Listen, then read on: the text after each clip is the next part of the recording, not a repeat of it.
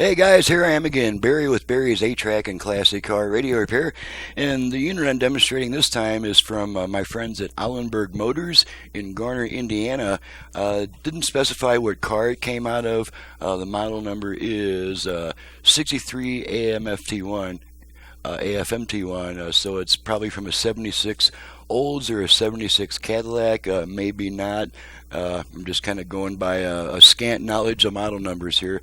But anyway, this unit needed to be converted to modern electronics to be reliable again. So let's go ahead and turn her on and make sure everything works before we send her back. So here we go. I've got it set to AM to the 1 strong station I get.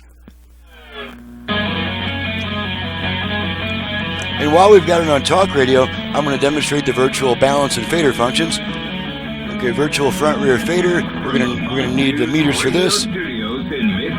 Okay, front rear fader.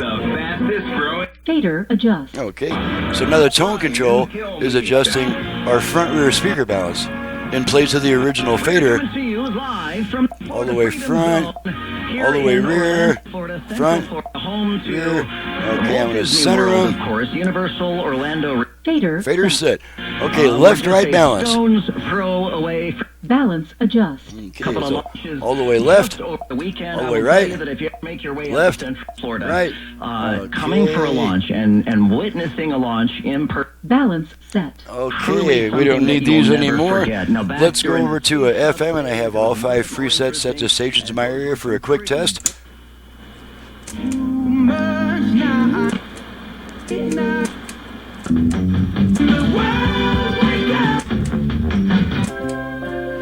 Specials and scrumptious homemade desserts. Okay, so it takes care of that. Let's try the 8-track. Got some Neil Sedaka here. You'll find money-saving coupons just for...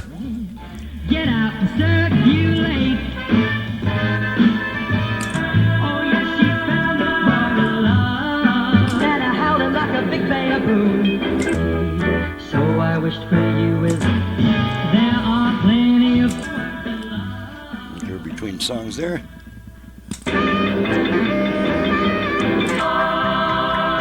Can be the cat.